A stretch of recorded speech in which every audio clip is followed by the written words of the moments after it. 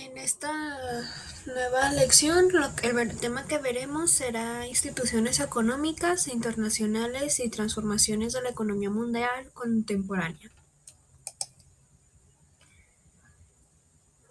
La lógica del mercado. Los promotores de las teorías económicas liberales concibían el mercado como el mecanismo determinante de la distribución de los recursos existentes en una economía cualquiera que sea la escala de ella. Esta concepción supone, por lo tanto, que los individuos deben someter sus decisiones económicas al juego de la oferta y de la demanda, pero deja de lado que, al entrar en una relación comercial, los individuos crean el mercado y que siendo una institución de naturaleza social, los individuos tienen la capacidad de poner en práctica mecanismos reguladores de la oferta y de la demanda. Dicho de otra manera, productores y consumidores entran necesariamente en relación a través del mercado y no se trata, como quieren las corrientes liberales, de someter las decisiones económicas al juego de la oferta y de la demanda. Tampoco se trata, como hicieron los dirigentes de las economías socialistas, de suprimir el mercado. Se trata más bien de guiar las decisiones económicas a partir del juego de la oferta y de la demanda. La dinámica del mercado es determinada por el juego de la oferta o de la demanda. D. Con la venta de los bienes y servicios ofertados en el mercado, los productores esperan recuperar el precio de las materias primas, de los instrumentos de trabajo y del trabajo utilizado para la producción de esa cantidad específica de bienes y servicios más un margen de ganancia. Así, teniendo en cuenta una determinada cantidad de bienes y servicios, el costo de producción es el precio pagado por las materias primas, los instrumentos de trabajo y el trabajo utilizados, y precios de venta es la suma del coste de producción y del margen de ganancia esperado por los productores. Por otra parte, los consumidores, sobre la base del ingreso disponible, demanda una cantidad de bienes y servicios que están dispuestos a comprar a un precio determinado.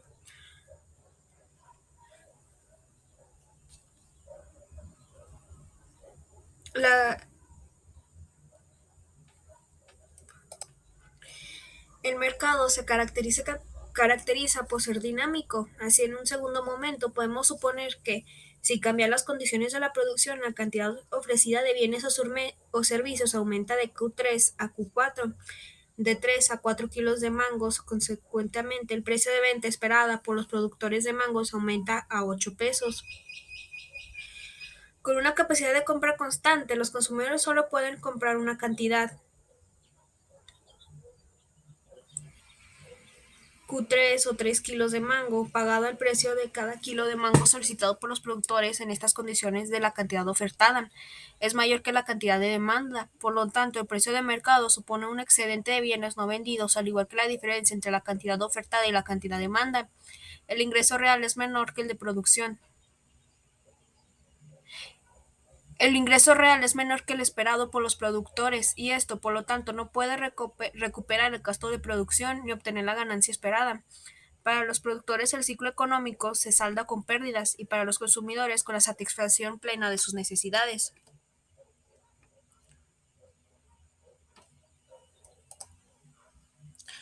También pueden presentarse cambios en la solvencia de los agentes económicos. Un consumidor puede perder el empleo, dejando de percibir un ingreso y siendo incapaz de adquirir los bienes y servicios. Un producto puede quebrar y cerrar su empresa, cesando sus ingresos y su capacidad de consumo intermedio.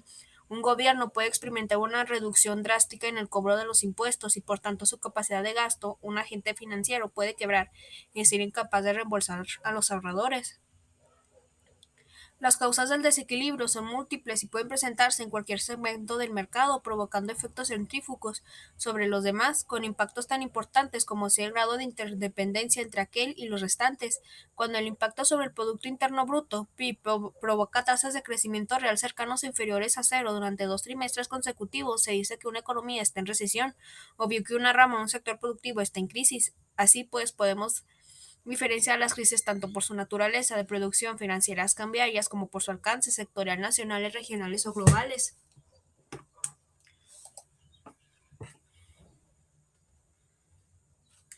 El papel de las instituciones económicas internacionales y las características de la economía mundial contemporánea.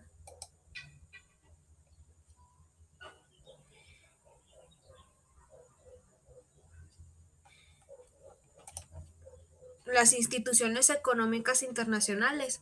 Cuando la Segunda Guerra Mundial estaba por terminar, la arquitectura del sistema internacional fue modificado por Estados Unidos, la nueva potencia dominante, la Sociedad de las Naciones, SN, creada en 1919 para restablecer la armonía después de la Primera Guerra Mundial, fue sustituida por las Organizaciones de las Naciones Unidas, ONU. En octubre de 1945, con el tiempo, los organismos subsidiarios fueron multiplicados, pero los organismos rectores siguieron siendo los mismos.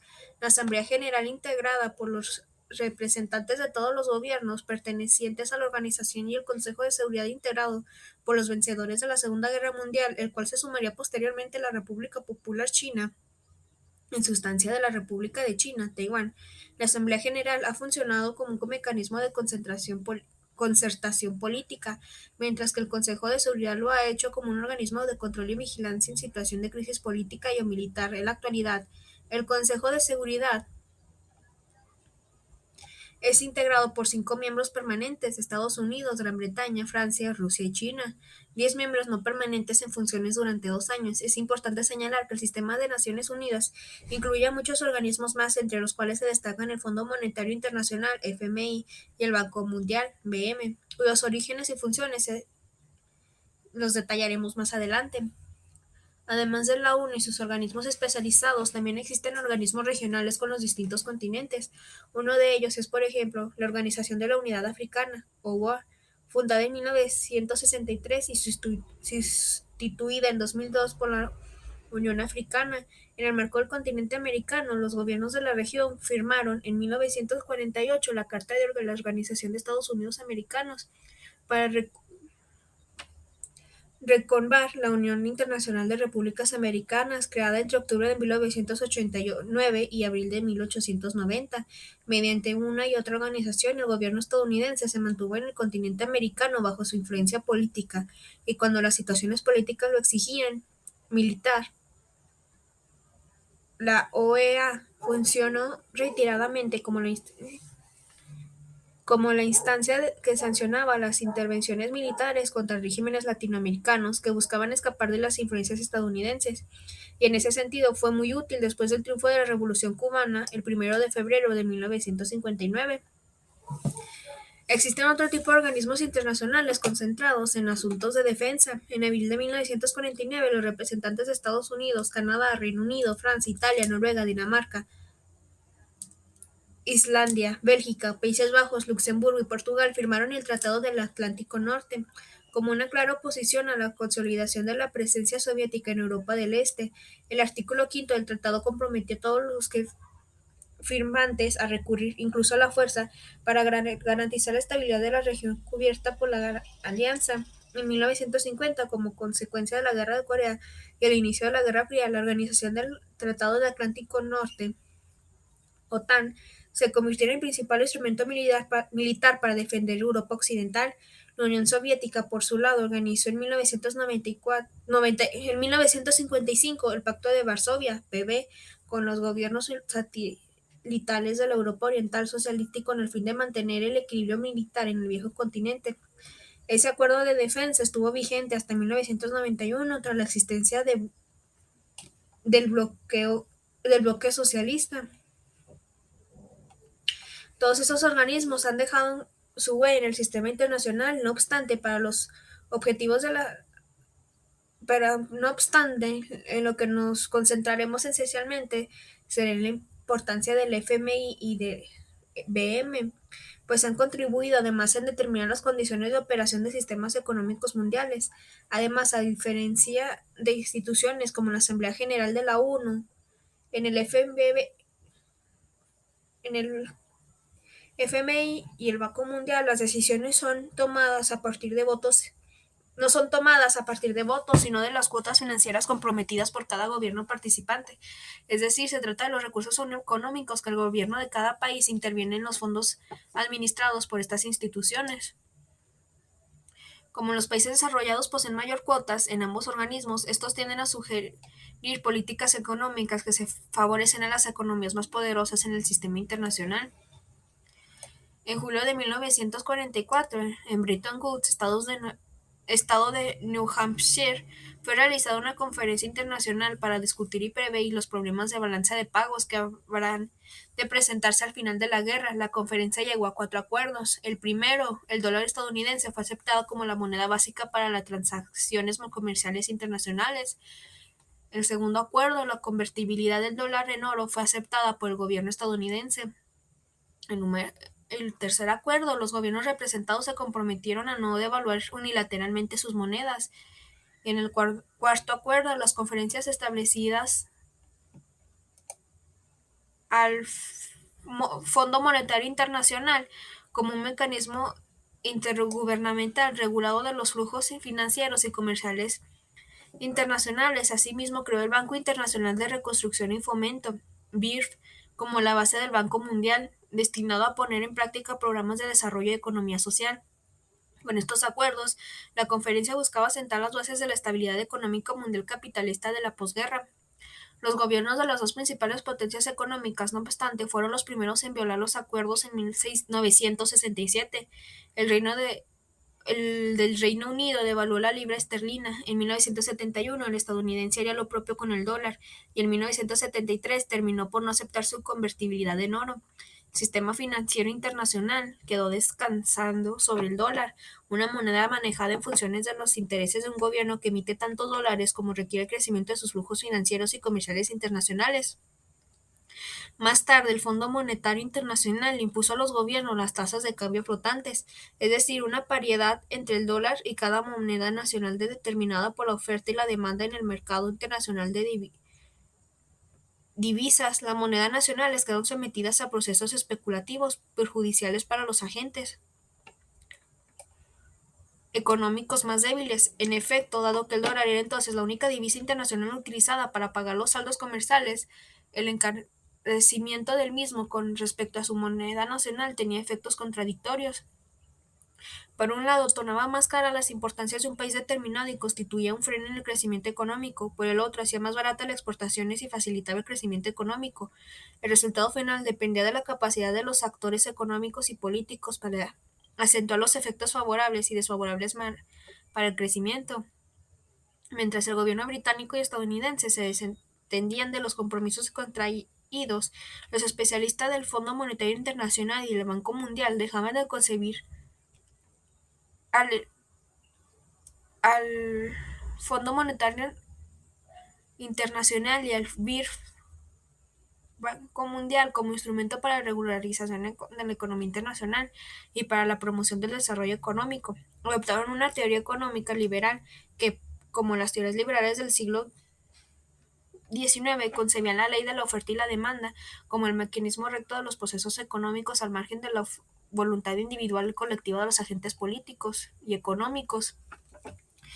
En los años 80 del siglo pasado, la crisis de la deuda externa de los gobiernos latinoamericanos fue la primera oportunidad para poner en práctica las políticas económicas conocidas como programas de ajuste estructural, PAE, y derivadas de la filosofía neoliberal. Joseph Stiglitz, premio Nobel en Economía y ex vicepresidente del Banco Mundial, consideró 4 ejes de la política económica como la base del programa de ajuste estructural. La primera base, la privatización de las empresas e instituciones públicas, es decir, la reducción al mínimo posible de la intervención gubernamental en los procesos económicos. En un punto número 2, la liberación del mercado doméstico, es decir, el establecimiento del libre juego de la oferta y de la demanda mediante la supresión de todo tipo de subsidios públicos. En el punto número 3, la liberación de los mercados del capital, es decir, la supresión de las barreras a la entrada y salida del capital. Y el punto número 4, la liberación del comercio exterior, es decir, la eliminación de impuestos y aranceles aplicados a los bienes y servicios importados y exportados.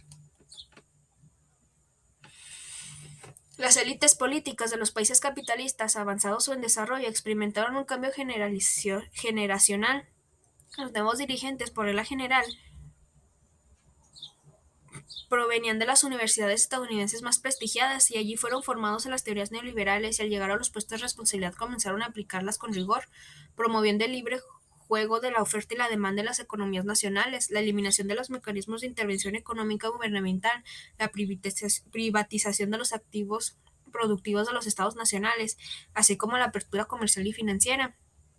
La aplicación de las teorías neoliberales llevó tan lejos la reducción del intervencionismo gubernamental que los responsables de las decisiones en materia de política económica aceptaron la independencia de las autoridades monetarias, es decir, de los bancos centrales nacionales. Asimismo, renunciaron a seguir administrando los sistemas públicos de ahorro y bancarios. Su privatización fue considerada la garantía del sano funcionamiento macroeconómico de un país. El libre juego de la oferta y de la demanda fue extendido hasta el mercado de dinero, sometido hasta entonces a la regularización de las autoridades gubernamentales.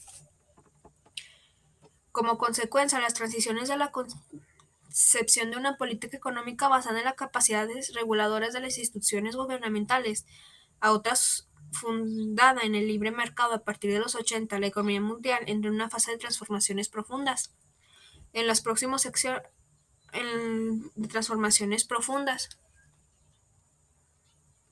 Estas transformaciones permitirán comprender la noción de un proceso económico como la diversidad basada en la existencia de economías avanzadas y economías en desarrollo. Y como tal, esto sería todo por esta sección. Muchas gracias.